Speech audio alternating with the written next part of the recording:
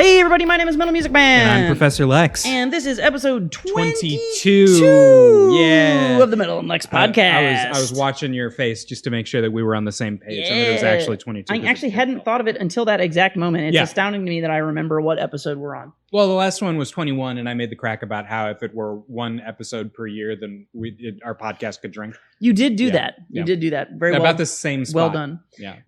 So we just had a splendiferous mandate. We made a pizza together. It was delicious. It was really good. The We made pizza. 2 pizzas. We ate all of them. They were barbecue chicken. I made some caramelized onions and some homemade barbecue sauce. Lex made some sourdough bread. Onions, they were on the verge of like pickled and caramelized. They were at the kind of same pickled time. caramelized thing. Yeah, And I just fried them up in so some apple cider vinegar. It was a red onion. They turned real pink. Yeah. Like a pseudo. They call that in the cool that process. There's a cool term that you can shorten words with because I used to watch the Food Network once upon a time. A quick pickle. A quickle. A quickle. Ah, Yeah, good job. You're very sharp. See, I'm here. I'm awake. A quickle. So yeah, I quickle. quickled them. I quickled them. The onions. They were quickled onions. And delightful. Yeah, pretty delightful. Yeah, the bread was super good though. You had some rye in there. Yeah, I did a rye semolina. Lex is a bread god. I'm a bread god. Yeah. I'm beginning to feel like a bread god. Bread god. Of course. Well, you did okay. So what you guys, the audience, don't know is that we foolishly only just started recording now. Yes. This isn't anything to do with the fact that we're recording today, which is Saturday instead of yesterday, which was Friday, which is when we usually do it, and more to do with the fact that we were just like pumping out just great content. We were talking about a lick of it. Racial tension in 1996 Matthew McConaughey movies. Yeah. We Googled an IMDb to Time to Kill and we went over the whole story. Did you know that Kaylee Anthony was found dead in 2008? Because that blew Will's mind. He thought that happened like 5 years ago. I cannot believe that hot baby murderer girl happened 12 years ago. Alleged? No, she's just hot baby murder girl at this point. I can't believe that was 12 years ago. Like, you were talking about it, and then you were like, yeah, it happened in 2008. And I was like, this must be someone else. I must be confusing the name. And then I looked her up, and her hot baby murdering face is burned into my mind. And I was like, oh, no, that's her. That's the one. That's the hot baby murdering girl. Brunette. Yeah. I can't believe that was 12 years ago. But you did say, which gave me some comfort, that she was found guilty in 2011, or innocent in 2011. This didn't provide him with any comfort due to the verdict, but rather when the verdict was delivered. Yes, 2011, which is much closer to 5 years than and thank goodness for that. Yeah. So then we were talking about Time to Kill. That's a movie that exists, and and then I'm just digesting pizza. Yeah, we should have, honestly, the podcast should have just been us making pizza. And then eating. Are we going to make a cooking show now? Yeah, hell yeah! Metal and Lex's cooking podcast. I need a better camera. Or wait, is it just audible? And we put the mic ASMR. Yeah. Put the mic to like the crackling pan. Shit! Yeah, because next time we're gonna do the cast iron with the olive oil. So you get that microphone right up there next to the cast iron skillet. Drop the dough in. Let it par bake, par fry, however you want to call it. Dude, this is gonna be delicious. Food boners. It's gonna be such a show. Food boners coming to an internet near you. That is exciting. God, oh man, I'm so excited. Anyway, hope you weren't hungry when you turned this on. Yeah, you guys check my Twitter when this drops if you haven't seen already, or Alex's Instagram at Gales and Storms. Yes, both. At Gales and Storms. Yes. No weird characters because he's cool. Yeah. The pizza's on there, man. It was good. It was good. Delightful. We're drinking a generically generic Cabernet Sauvignon. It tastes red. It tastes like a red wine. Yeah, it tastes like wine. Tastes of wine. So that's pretty cool. Yeah, and things, words, such and such, etc. Also a moose. Do we dive into your topic? Do you have life updates? I got. Oh yeah, here the big news. Thank you so much. I've prompted him. To all of my, not our viewers this time. Oh yeah, your viewers who helped me to reach affiliate on Twitch. I've been streaming since 2014 or some silly shit. So thank you. At Professor Lex. That's me on Twitch. And he's doing games. What are you playing right now? BioShock 2? Yeah, well, BioShock 1, and then we've almost played every Resident Evil game on Twitch. So. And that's with Susie and Jeff. Yes. Yeah. Yes. Yeah. So yeah, that's cool. that's exciting to me. Not because it's like not that I needed to be affiliate, not that I'm going to turn that into a career or anything, but it's nice exciting to have accolades, no matter how relevant they are or aren't. Yeah, I'm not actually going to do that, but I could. And if I did it before, I would have been lying. Yeah, no one would have known. But no one would have known. But now you won't be lying, right? And that makes all the difference. It's an internal struggle. Yeah, pretty standard life stuff for me. I actually worked today. Today's Saturday, and I had to go into work and do a whole thing. And I for those of you that may not remember, I do work at a private school, and I found out to my horror I don't get on Facebook very often because it's fucking dog shit, terrible. Oh, no. But I found out to my horror when Alex posted the pizza to Facebook. I was like, oh, let me hop on Facebook and reshare the pizza pictures. And fucking one of the parents at my school added me on Facebook, and I was just like, oh no. Did you decline it? I just click nothing. Yep. And I go on with my life. I will admit I have 3 or 4 friend requests that I'm just sitting on. I'm just not going to attend. I don't understand the way other people live their lives where they. Okay, extroverts. I don't. What? They're extroverts. That's how they do it. Well, how the other half lives. Sure, but even as an extrovert, do extroverts just go to work and think? Okay, they add their coworkers. I have 2 or 3 of my coworkers. Wow, I have none. Over I used 10 to years. Have coworkers. It's only because they're very persistent, and I've worked with them for 10 years, and I'm like, all right, I'm not going to be that big of a dick to you, so I guess I'll accept your friend request. So then, okay, fine. There's a couple, but I mostly ignore them. Okay, but then do these extrovert people? Do they just go and add all their coworkers right away? That's weird, but it's not super weird. What's weirder to me is the connection of a connection of a connection. So this person who added me today is not. I think I've talked to them twice. Did they know your name? Well, everybody knows me because I'm sure. I'm You're a figurehead. You're an important individual. Well, basically, yeah. I'm the computer guy. Everybody knows me. I have been out. Yeah, I have been. Yeah. I am the computer guy. I have been out on Main Street, eating. I was at Salt and Smoke before COVID, and I was drinking. I was walking around drinking, and I was I'm gonna eat some fucking barbecue and be fat, and then go drink some more. And then these people sat down next to me and they started talking to me and they were like, are you the IT guy at Snarf Incorporated where my kid goes to school? Were they hot girls? No, they were parents. Well, I mean, I guess the mom was kind of hot, but they were parents. They were parents. And they were like, our kid goes to Snarf Incorporated. The word for that is milk. You do the computer things. And I was like, yeah. And they were like, oh, you're a rock star. Everyone thinks you're so cool. And I was like, that's neat. You probably could have gotten some. That's all I'm saying. Yeah, the mom sounds kind of hot, and I think she was flirting with you. She honestly, called you a rock star? The concept of having sex with hot moms, sex nightmare material. No, I would just do that if I didn't work at a school.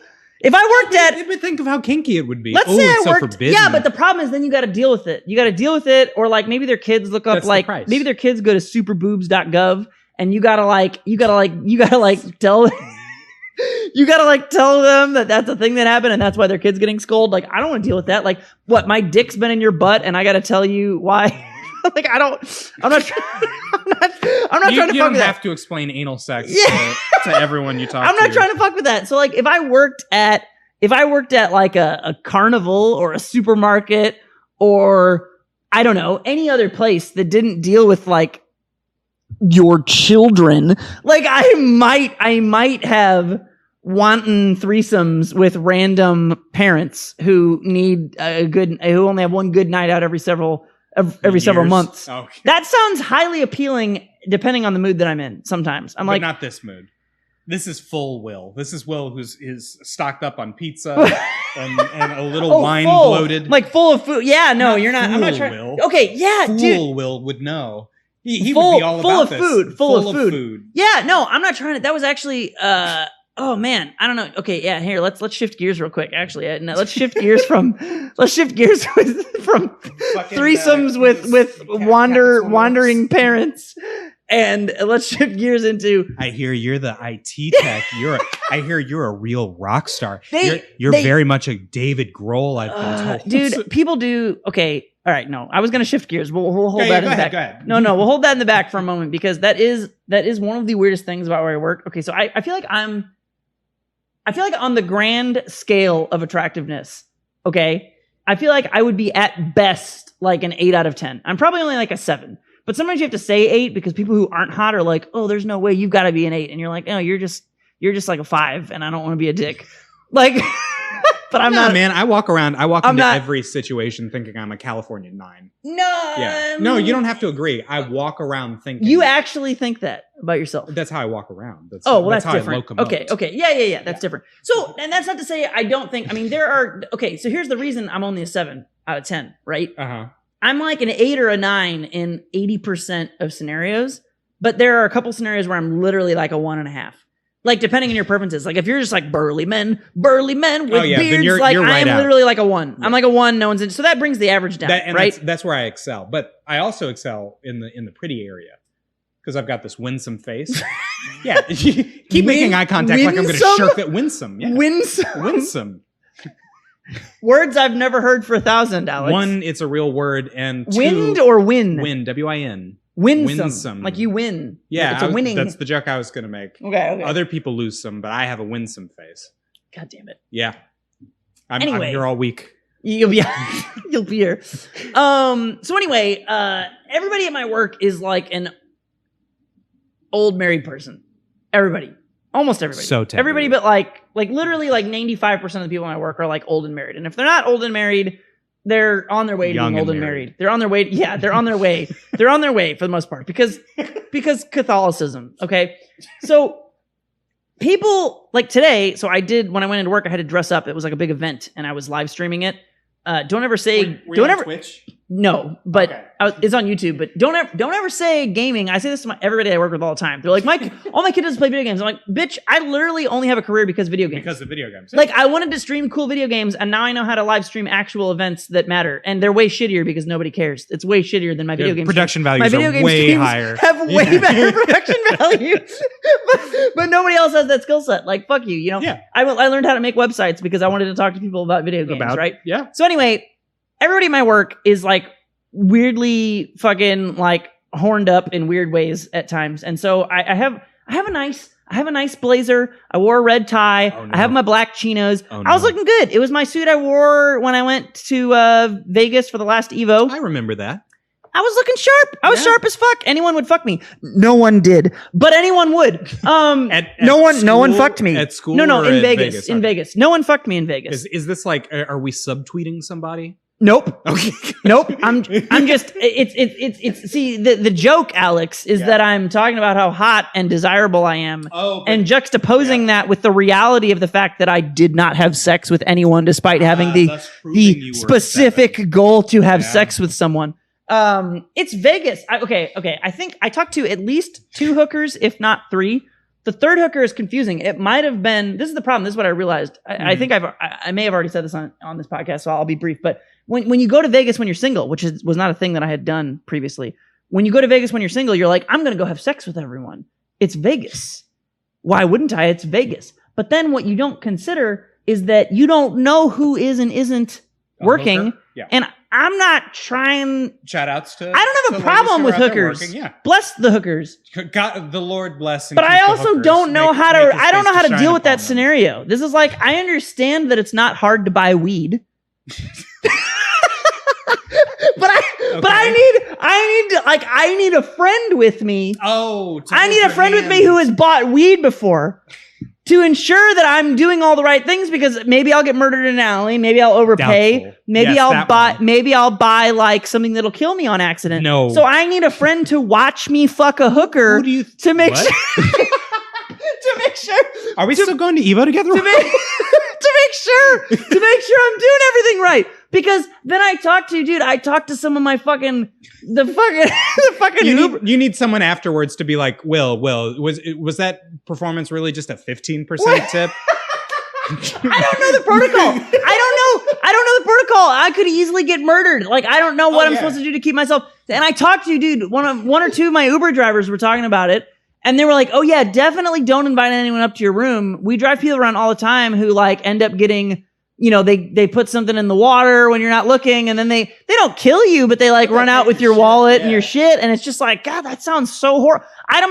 you need like a guide. And so what my point is, if you think I'm a cool person and you would like to watch me have sex with a hooker, please hit me up at MetalMusicMan _ on Twitter.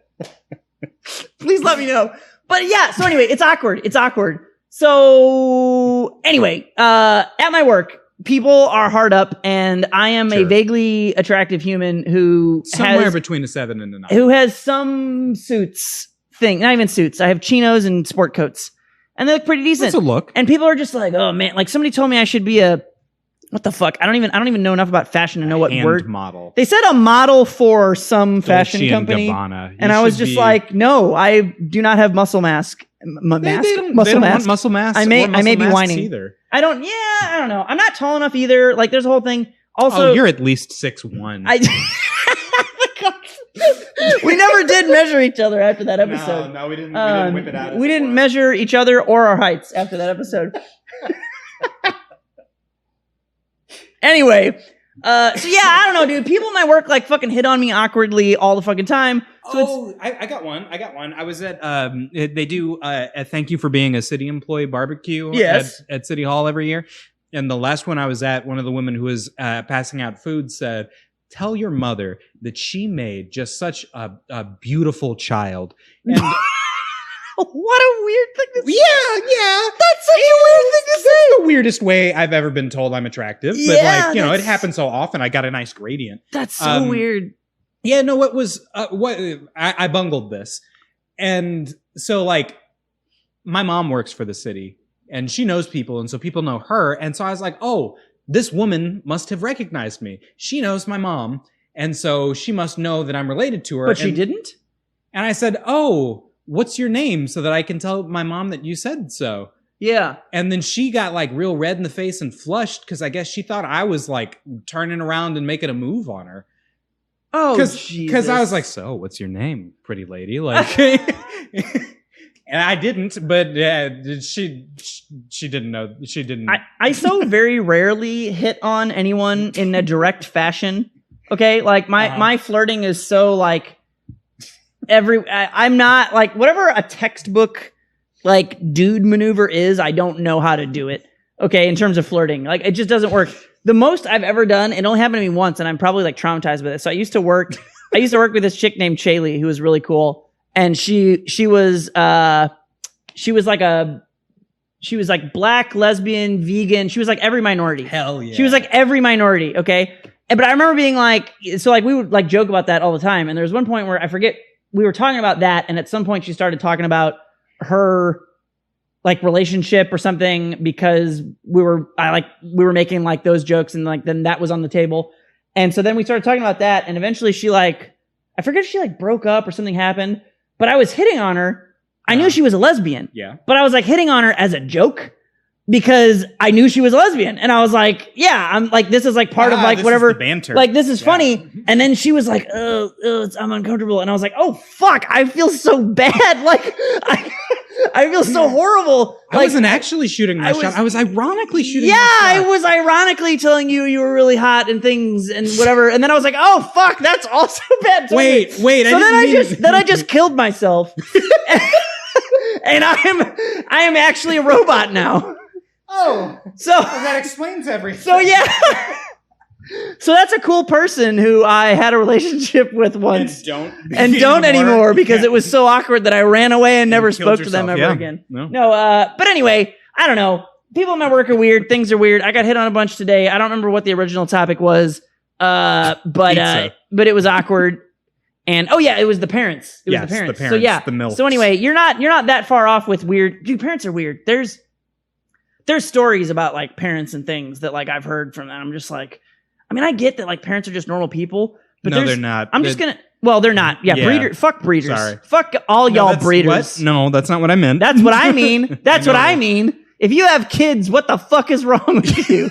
Mom, dad, looking at you. Fucking breeders. Okay, no, wait. There's a couple different kinds of breeders. Okay, there are breeders who are normal people like you and I. Okay, they're just normal humans. We could breed, and they. I don't think we could. Wow. I think okay, look, I get I'm not a California 9, but like. I think literally it's not a thing, but I think in the 2020 colloquialism, I think people do. All right, this is I'm never gonna. No one's ever gonna believe I think I'm mostly straight ever again. But some of the 4chan threads I see, they talk about breeding twinks, and I'm like, oh, okay. I get it, 4chan. They can't have the babies, but they want to participate. Dude, we're pizza drunk. Oh my God, yeah, we're so pizza drunk. We're so high on pizza right now. Yeah, some good. Oh my God. Anyway, ostensibly, you guys came here to listen to me bitch about open world games. Dude. Yeah, that was the topic. The topic was open world games. Ostensibly. So anyway, Lex and I could breed but can't. Yeah, anyway, okay, let me finish my breeder thought first. Breeders, there are like two kinds specifically. There are people who are just normal people like you and I who happen to have a kid. That's not really what I'm talking about. Okay. That's fine. Like I don't want to have a kid. You're still a breeder. There's ways that I can't relate to you because you just wanted to have a kid and that's different. Or had a kid. Or that you did. But yeah, so and it's just a different life path. But like you're still like a cool normal person. But then there's people whose like entire existence, personality, their relationship, everything is their fucking babies. And they're just like, it's the most beautiful thing. It's the most beautiful thing in the world. I wouldn't trade it for any. It's the greatest thing you could ever do. Like really, the thing, it's literally like taking a shit, like the thing anyone can do that just biologically we're designed. Fuck your baby. I've been taking shits for 30 years. I've been taking shits my whole life.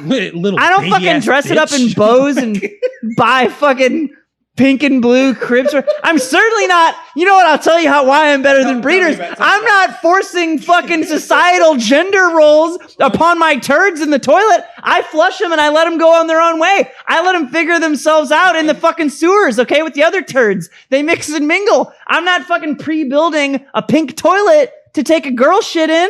All right? Help me out This here. is a progressive podcast. You're comparing, this is... You're comparing taking a shit to giving birth, right? Yeah. Okay. Yeah. I wanted to clarify just so that I was on the same page. They're pretty equal in terms of their beauty and splendor. Anyway, fucking breeders. That's my story. What do you want to talk about today, Lex? Okay. So in the I'm going to say early 1900s because I'm not as prepared. I didn't do the show notes. You don't have your notes. There was a man by the name of Franz. He was a writer. Many people know he's got a different, very well known short story, but he writes Franz. Wrote Franz. Just Franz, one name like Seal. Well, that is he only has the one first name like Kafka. Seal. Franz Kafka. Everyone calls him Kafka. Oh, Kafka. Yeah, Kafka. He wrote a short story called Der Steuermann in German. Alex speaks quite a bit of German, for those of you who didn't know. Yeah, un poco. So he writes this story called Der Steuermann, and Kafka has a very particular sort of surrealist horror way of writing. I recommend it. If you get the chance, look it up. Read it in English. It's called The Helmsman. If you look it up in English, there's a comic book adaptation of this story. But I'm going to give appealing. I'm going to give you the Cliff's Notes. I'm going to spoil the ending. So the story goes that there's this guy who is manning the helm at a ship, and then out of nowhere, this swarthy, dark-skinned dude like flies in and like kicks him in the head and then grabs the helm from him. And he's like, dude, what the fuck? And he's like, yeah, fuck off, man. I'm manning the helm now. And the original helmsman, who's, I guess, the protagonist of the story, is like, no, you got to stop. And the swarthy new helmsman is like, nah, man, I'll kick you again. I got to man the helm. It's my job. And so the original helmsman is like, well, that was weird. I'm going to go, there are other people on this boat. Surely if I talk to them, they'll understand. And so he goes and he wakes up the people who are in the cabins and he's like, guys, there's a new helmsman. You know me. You remember I was the helmsman, right? And they're like groggy and disgruntled. And they're like, what? And we'll come investigate what you're talking about. And so they walk out and they see the swarthy helmsman who's there manning the helm, sitting there, steering. And the helmsman, the new helmsman says, can you guys leave me alone? I'm trying to steer here. And they're all like, yeah, that's fair. And the protagonist is like, no, guys, where are you going? Wait, come back. This guy is really obsessed with his particular job. What? He's got it easy. He could just go take a nap now. now. He could just go take a nap now, though. You would think, but like this new guy, what if he's steering them in the wrong direction?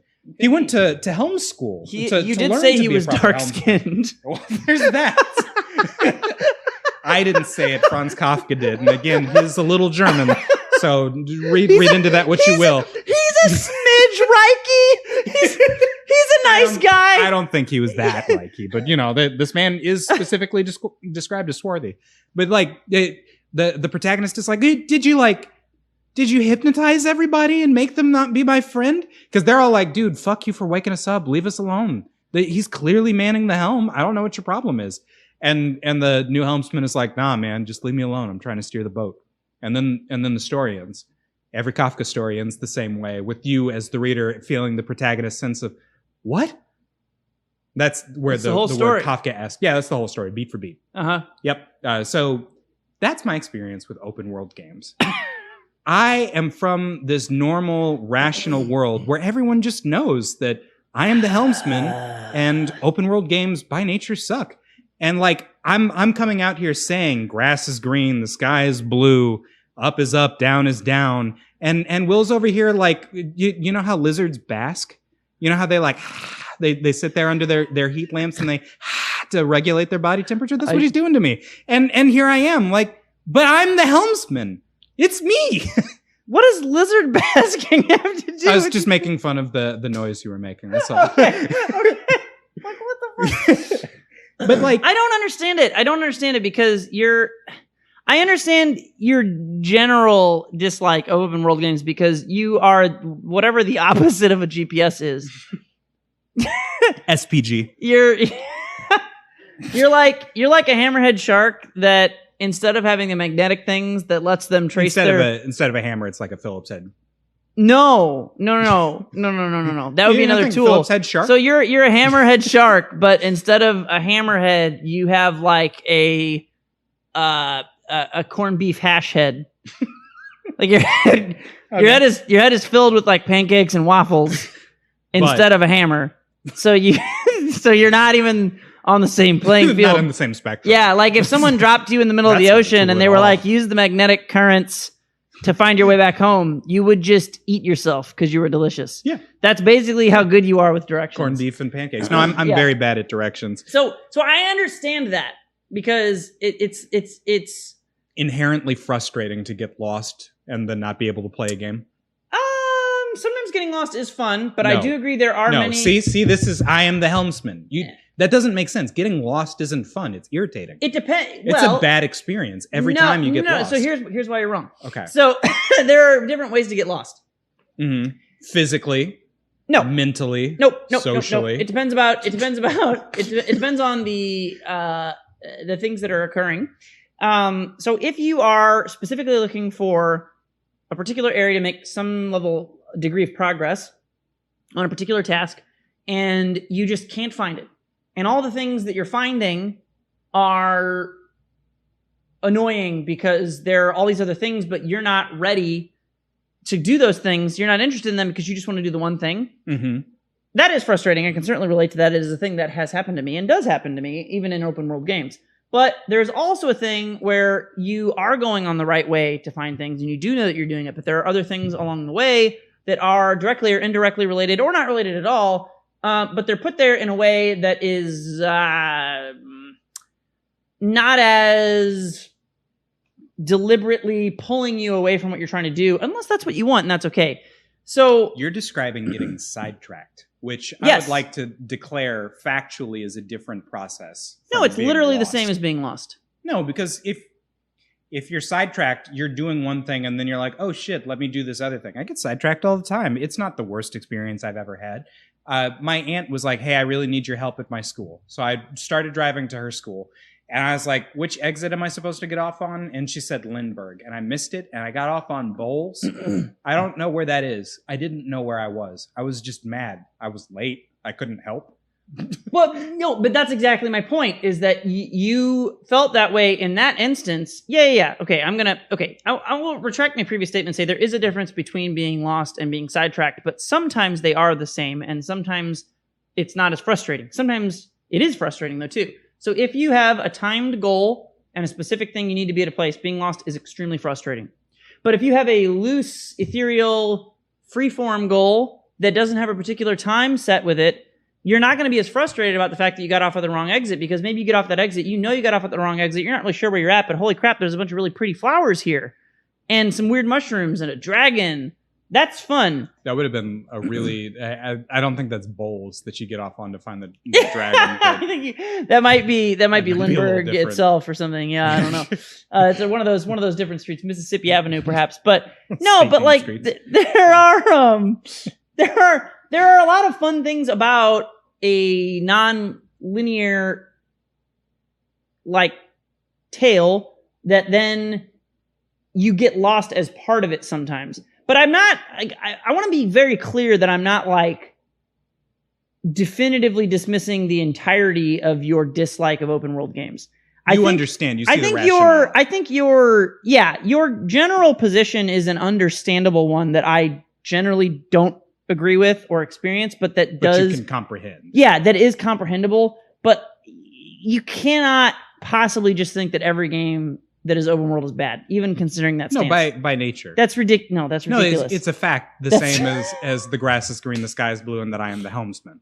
That's so ridiculous. No, they're not. I'm going to find you an open world game that is fun. You will. Probably I will. Not. I will. You made me play BioShock already. Oh yeah, right? What a bastard! And you haven't fucking touched Pillars, so I'm gonna make you fucking play. I'm gonna make you play some other game. Pillars is only barely open world. No, but is it multi-linear? A series of lines. There is not a single answer to it. It changes depending on what area you're in and where you're progressing in the story. It to you might feel quite open worldy at the beginning. It isn't. Open world is like, fucking Skyrim, Witcher, all that shit. Yeah, where you can just fuck off. You can definitely fuck off a bit in Pillars. There is a big world that you can fuck off in, but there is a much stronger thread of what you're supposed to do in that game than, say, your Skyrim or your Oblivion or whatever Elder Scrolls game. Like I literally could just never imagine playing Skyrim. I can't imagine a worse experience. Well, we don't have to use Skyrim because it's probably not the best example. I think Skyrim is a really fantastic game. I played it several times. But Skyrim is, in terms of story, just worse than Oblivion and Morrowind. I can't imagine playing Oblivion and Morrowind. See, now here's the thing. You are probably wrong because specifically, Morrowind definitely you can't, and that's a whole. I don't know. Morrowind's a fantastic game. It just does not hold up with time. If you did not play Morrowind when it came out, playing Morrowind is like trying to explain to someone who never watched the Muppets as a kid why the Muppets are awesome.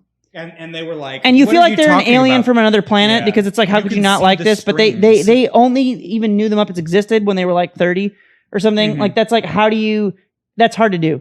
Okay. And that's Morrowind. It's amazing, but it's dated in a lot of ways. The reason I think you might be more tolerant of Oblivion than you might realize is the same reason that I disliked Oblivion for a while when it first came out. And that is that it has an incredibly forced linear main story. So the way Elder Scrolls games work is that they all have a main story. Mm-hmm. All of them. So if you want to play them in a linear fashion, you can't. So this is reason number 5,472 why you're wrong about that particular series of games. They can be played extremely linearly, where you literally you get your main quest and you go. But the difference is in Skyrim, Skyrim tries to sidetrack you. See, that's mean. I like that. That's good. B, Skyrim's story itself is a lot looser. You know that you're the Dragonborn and you have a dragon soul and there are some evil dragons and blah, but it's less pointed. Oblivion is, holy shit, some gates to hell opened and they took our prince guy and killed our king. Go fucking track them down. Over here, this city just had a bunch of Oblivion gates open. So the reason I hated Oblivion, though, for a while, even though I've probably played it more than any Elder Scrolls game, and I really like it, it's a great game. But I hated it for like almost a year because coming off of Morrowind, it just goes, hey, here's clearly the main quest. Patrick Stewart is the king. Patrick Stewart dies. Spoiler alert. God. It's in the trailer. Doesn't matter. Patrick Stewart dies. Go find his son, who is Sean Bean, who doesn't know that he's his son. Who doesn't know he's and Sean save Bean. and save him from the evil hell portals that exist everywhere. And you're like, okay, that's pretty cool. But when you go and do that, what happens in Oblivion, and this is why I think you might actually like it more, is you go to this town called Kvatch. And Kvatch is where... That means rubbish in German. Oh, right on. Okay, well, it's a shit town, so that makes sense. So you go to Kvatch, and that's where Sean Bean is, and he's like a monk or something, and you got to go and tell him he's the son of the king, he's the heir to the throne, because the king just died, and you need to save him because hell portals are opening up. You get there, and surprise, surprise, there's already a hell portal that's opened up, and everything's going to shit, right? Everything's going to shit. All the hell portals are fucking shitting demons out and burning everything alive and murdering it. And you're like, wow, this is crazy cool. All the way up to this point, I'm good with Oblivion, okay? Then what happens is you get him out of there, okay? You get him out of hell portal Kvatch, and he like fucks off to go. He says he's going to meet you somewhere. I forget. You send him off with someone else. You say you're going to rendezvous with him, basically, Okay. if memory serves. But at any rate, what happens from that point on is that everywhere you go, when you're trying to explore a beautiful world, which is the part that I like about open world games that you probably will hate. Yes. Every time you go and do that, there's just random Oblivion gates that open up, and they like fucking siphon you to the plane of Oblivion, which forces you back into basically like the main quest. Plot. I hated that so much because I want to do the main story. The way I play an Elder Scrolls game, I don't ever dive right into the main story beyond the initial part. It's like this is the thing. So, and that's to me is why I actually really like Skyrim's pacing, because it's like, hey, there are evil fucking dragons. Dragons exist. You should probably figure some things out, but just know that there are dragons in the world now. And you're like, cool, I'm going to go do all these other things, and then later, because it feels weird to me to like go do the big epic main quest when you haven't like leveled up and done a bunch of shit. But that's exactly how Oblivion is paced. So you might be surprised with certain open world games, certain ones, it's not all, but like certain ones do have a very strong thread that tries to string you along, and it's really quite easy to not go out unless you really, really want to, for the most part. I think I can just, I'm going to describe a couple games, that I think have been the pinnacle of my experience with an open world type game. One of them is Final Fantasy VI. Earnestly recommend playing. You are a merry band of heroes, so you're like 6-8 characters over the course of wandering through what's mostly a linear experience. Mm-hmm. And then you get to the source of all magic, and you're like, oh good, if we throw the giant off lever, we're set. And the bad guy of the game was like, excuse me, you were going to turn it off? What if I turned it on and inserted myself into it?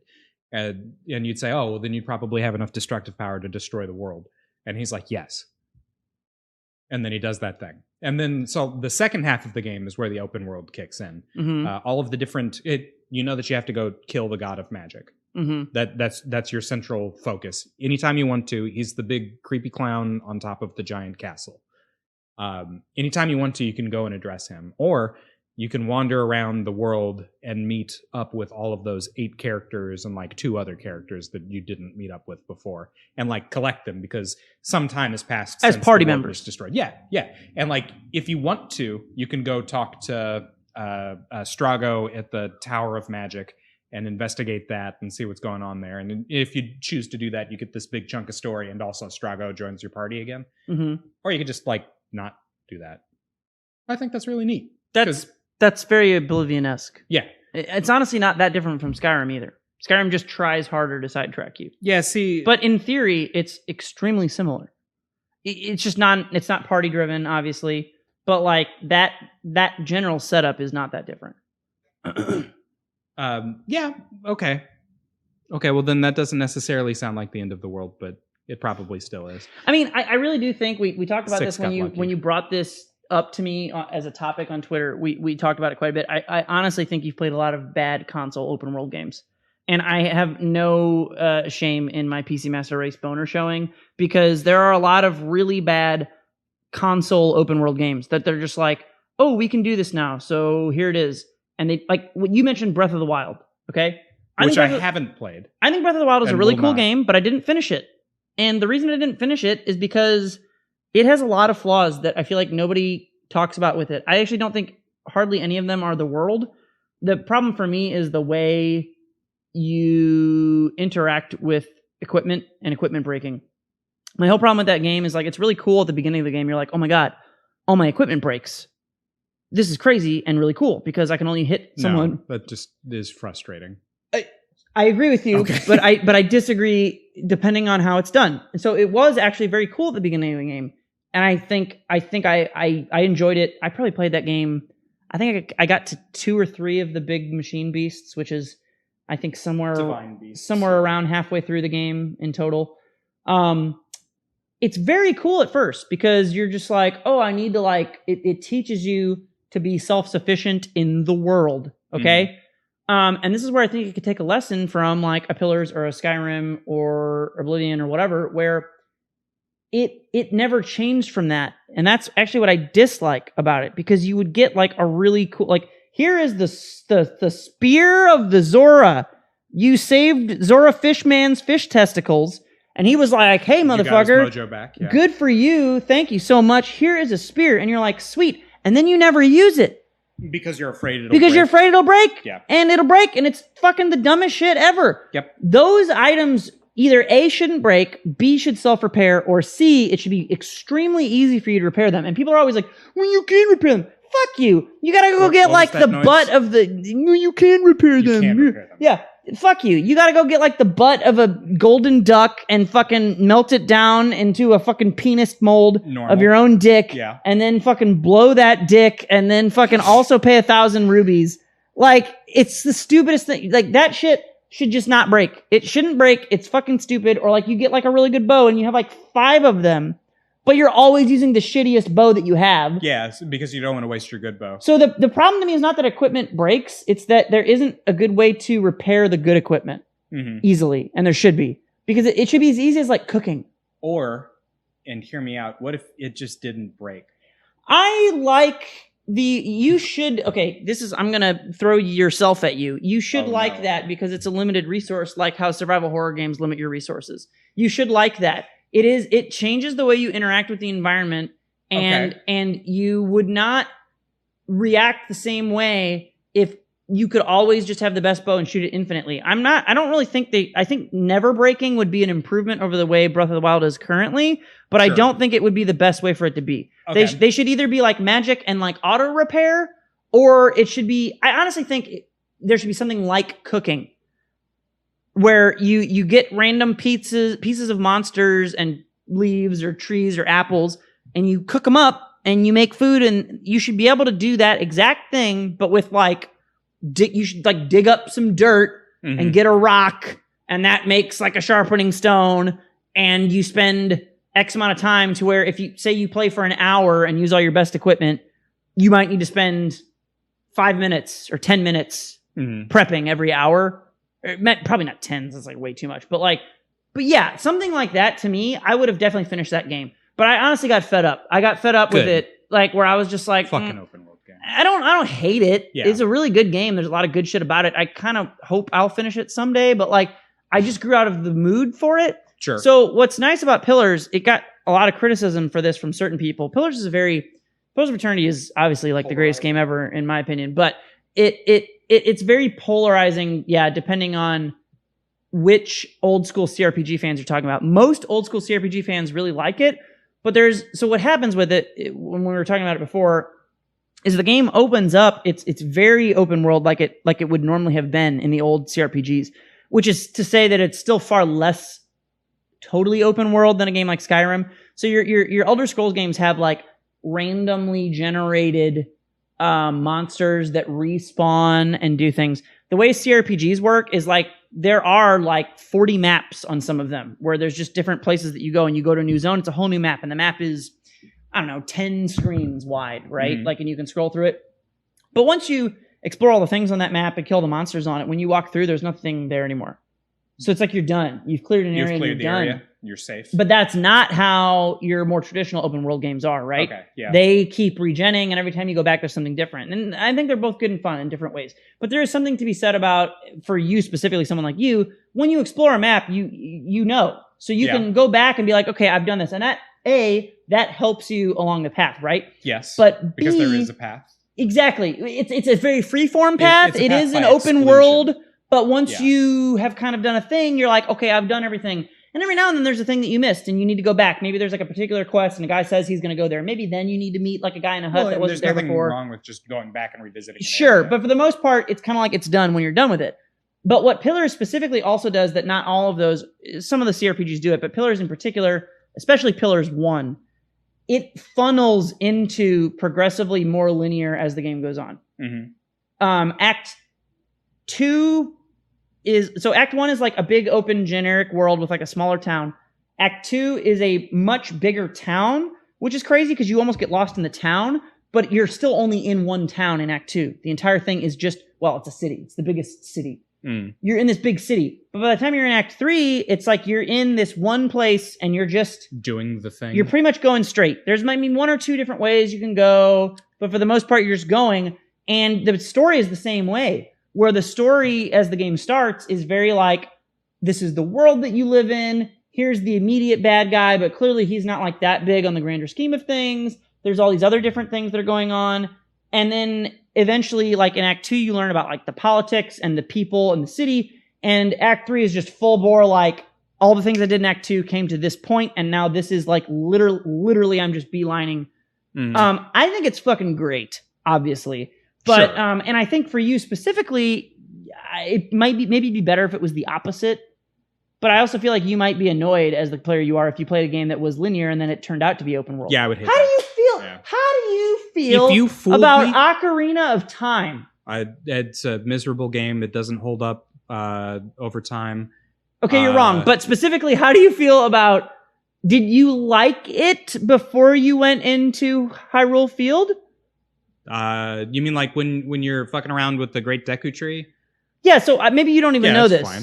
What okay. So I don't know if you know this, but that was one of the first early quote unquote open world-ish console games. And I will say before I get into this and jack it off, that it is exactly what console open world games are, which is inferior in every way to PC open world games. But it was baby's first open world game. Mm-hmm. And so not only was it Nintendo's first big open world game in terms of, 3D open world, but it was also, and they knew this is a testament to Nintendo's effectiveness as a company and as designers. They knew that their audience had probably never experienced this because they were all plebes who had never played a computer game. So when Ocarina of Time starts, when you're in Kokiri Forest and when you're doing the Deku Tree and everything, that's all very linear. There are a couple places you can get lost in mazes, but for the most part, it's like you go to this place, you go to this place, you go to this place. And that game started that way because that was what people knew. Zelda to be. They knew, right? They knew. I mean, you could argue, obviously, like, the original Legend of Zelda on NES is certainly open world, but it's more open world like Pillars, where it's a top-down view, and once you explore the map, maybe the monsters come back, but you've already explored it. You've already found all the secrets on this tile set. You're done. You move on to the next tile set. You might have to traverse through those tile sets to get places again, but you've done the thing. So yeah, when you finish the Deku Tree, that experience of going out into Hyrule Field, there's a reason beyond the fact that it's just visually impressive that there's a whole slow cut scene where Link comes out, you specifically run down a very long straight tunnel, and you talk to Saria. That's yeah. And she's like, I wanted to fucking have sex with you sometime or something. And you're like, me too. Yeah, but I want to go outside. Neither of us have gone through puberty yet. And I'm pretty sure I'm a human and you're an elf. And my dad would frown on that. Anyway, so not my dad. Yay! So then Link's like, I gotta go. And you run down like a long fucking tunnel of linear tubey shit. And you open up and it's just like, holy shit. And it spins around, and then it zooms in back to Link, and you're just like, oh, I don't know where to go. So that is like the first like thing like that. And so my point being is that I would have expected you to like the beginning more than that point after. Yeah. For that the exact beginning reason. is fine. the Deku tree, the dungeons in Ocarina of Time are okay. But you want to like run along a line and end up at a dungeon, basically. Oh, and when I say run along a line, I don't mean literally. You're being hyperbolic, but I'm being sincere. What? No, I'm just. Well, you already know. You already know that I agree with you that a game having a linear design in terms of the levels does not mean the game doesn't have depth. Sure. I mean, that's an absurd point that some people apparently make, but that is not true. You can have way more choices and options in a linear game than an open world game, and you can have way more choices and options in an open world game than a linear game. It's a totally separate thing. It's a totally separate thing. That games do or don't have choices and options, regardless of the fact that they are or aren't linear in terms of their level design. But, yeah, for you specifically, I would think that. So I would be curious if you played a game like Pillars that was the opposite of that, whether that would immediately turn you off or not. I can play a game like Pillars and then report back. Pillars specifically. How long is that game?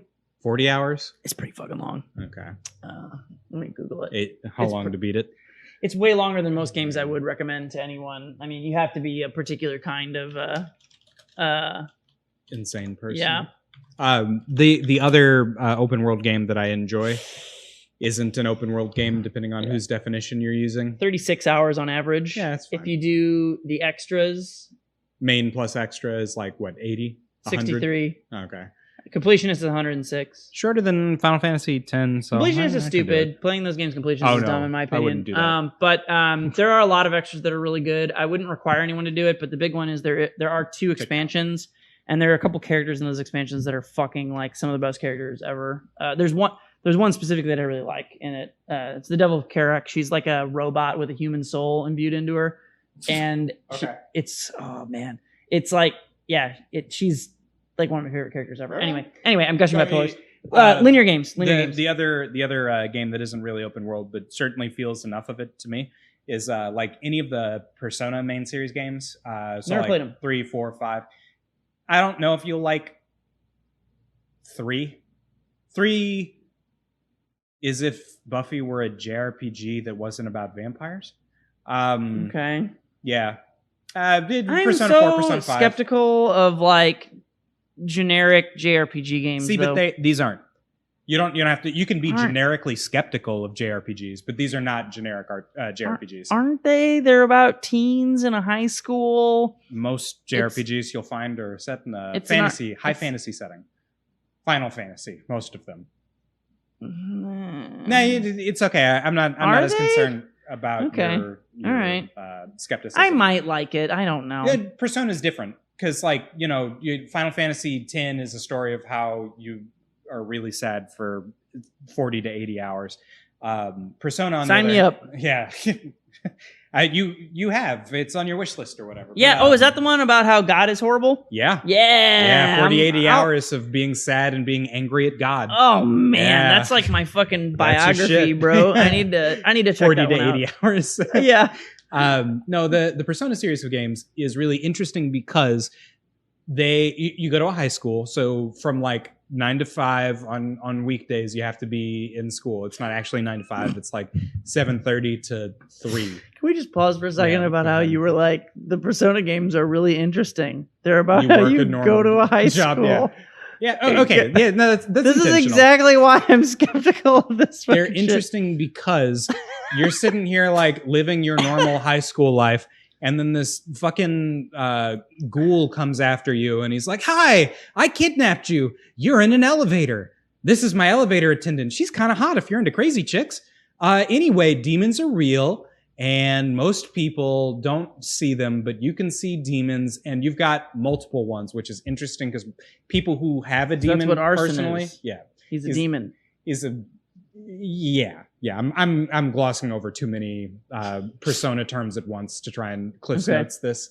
There are aspects of the human psyche, the rebellious spirit in Persona 5 specifically, which is why all of everyone's persona Arsène is the gentleman thief from Arsène Lupin. And then like you've got Captain Kidd and Carmen. And as we all know, the gentleman thief like kicks really hard and does a lot of damage. Is like wild. It kills at like 30. Makes perfect sense. Yeah, so you got it.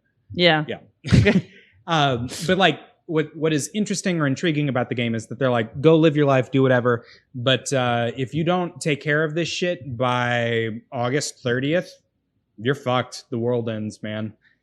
So you have to go to this dungeon, fight demons, which are actually aspects of the human psyche, dressed up in demonic form, and sit there and like destroy personas and then rebuild them, cross multiply and stuff in order to make the strongest, best suited persona to get you through this dungeon.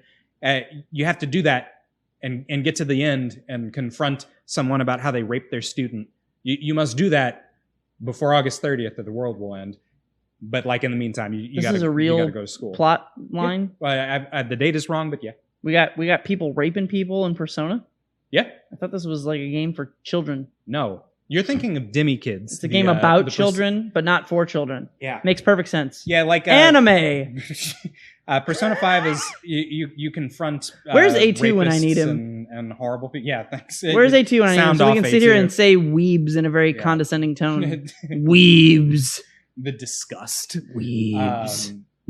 Persona 4 is like a murder mystery, which is why it's the best Persona game. But like still, the plot is the world will end if you don't solve this aspect of the crime by date. Okay. Yeah.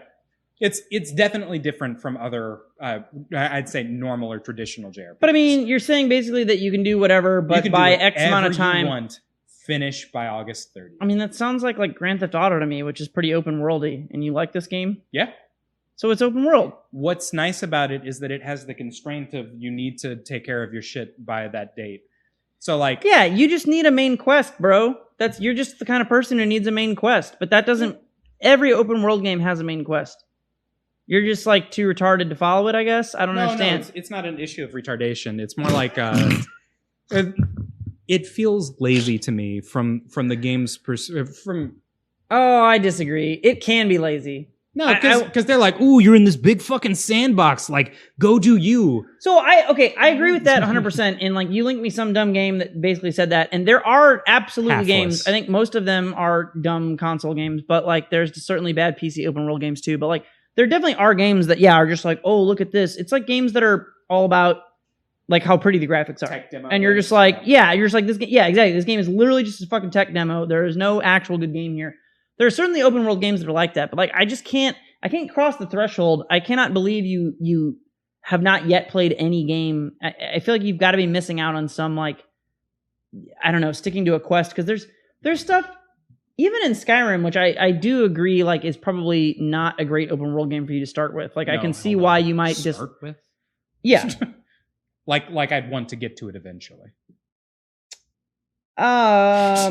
Assuming you found some way at some point to like open world games, there's no question that at some point you would want to play Skyrim, because it's one of the greatest open world games ever made. But it is, and this is a big downside to open world games, but it has a lot of other upsides. It's like when you play a character in a fighting game and you're like a fucking grappler. Like you're gonna have typically worse, certain options because you're better at grappling.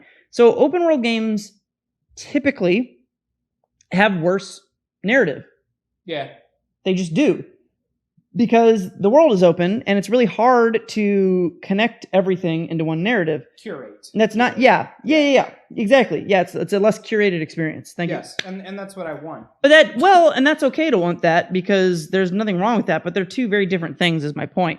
They're very different kinds of experiences, and so what I take issue with is not that you prefer a curated experience, but that you have never somehow had any good experience with a more sandboxy one is that's really sad and unfortunate. because it's a different way that you relate to the game. When I'm playing, fucking Max Payne, and it's like, I'm Max Payne, this is what my thing is to do, I'm gonna go here. You have your choices, but for the most part, you're going down the tunnel of the story. That's great and awesome, and I love every second of it. But there's also something really special about like walking around through the woods and looking to find like a particular area that you know is vaguely there, and you like fall through a hole into a weird cave, and suddenly you're like lost in a cave for like 10 hours, but the cave has all this crazy shit in it that it's like, and you learn all this stuff about like dwarven history, and you're lost in this like ancient dwarven city, and there's like fucking crazy underground creatures, and you're reading like books that you find to try and piece the mystery together to try to figure out how to get out of there, and suddenly you're doing something totally different than what you set off for, but it is teaching you about the world. It is giving you a narrative, and you are feeling connected to that world. And more importantly, what I think is the single biggest strength of an open worldy sandbox game is truly unique experiences.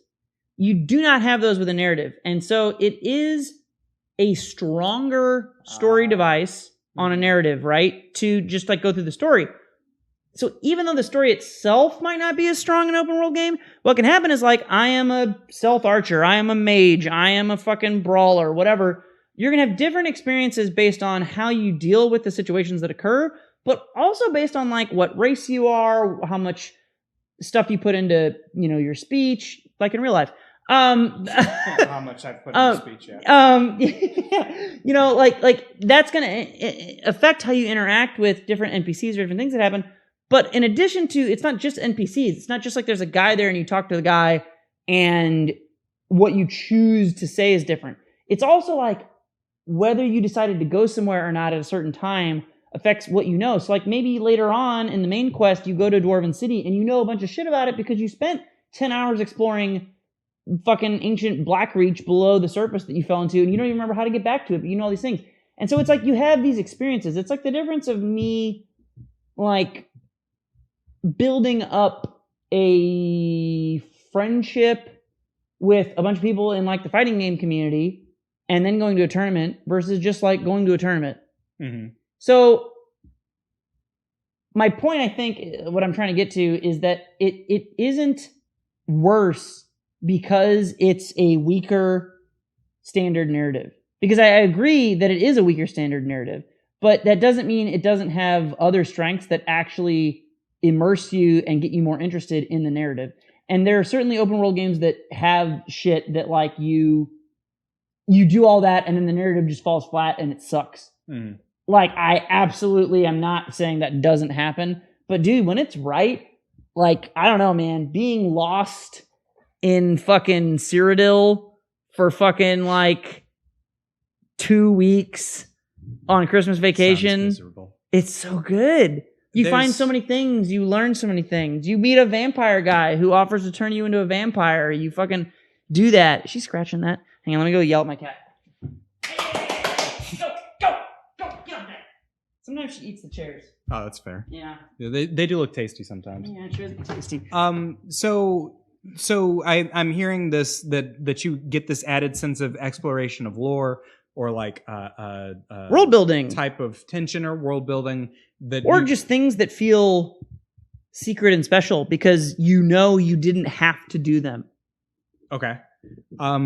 When you get the chance, when it's convenient for you, Talden and I would very much appreciate if you played this little indie title you may have heard of called 999. I've never heard of that game. 9 doors, 9 hours. I don't know what that even is. Is that a joke about how it's widely known? Because I've literally never heard of it in my life.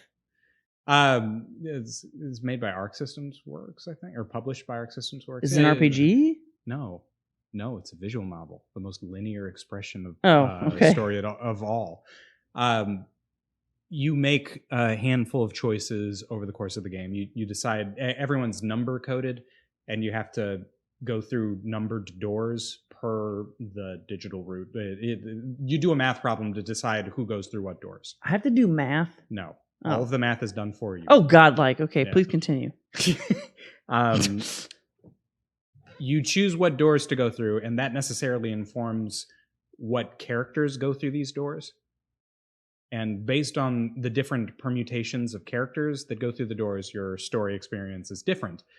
which gives you like one of like 6 different endings. And excuse me, ultimately there is one true ending that you can get from solving. You have to be the goodest boy.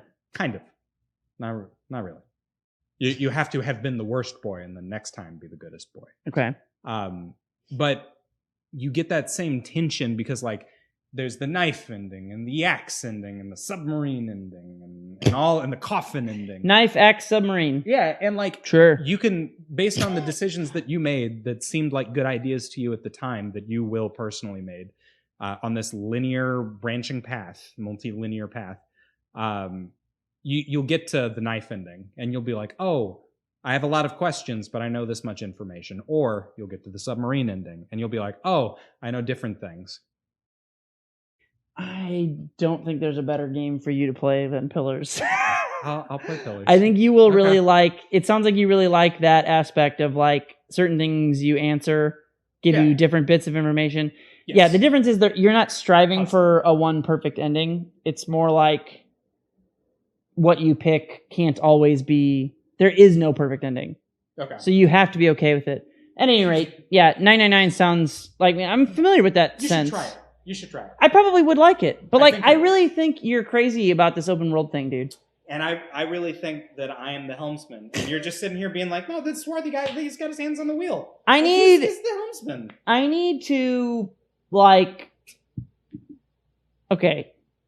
You need to, at some point, actually play Pillars of Eternity. 2 is much more open than 1, which might make you hate it more, but also might make you like open world games more if you like 1. We'll see. I'm curious. Because the decision stuff in 2 is a lot more like what you just described in that 999 game.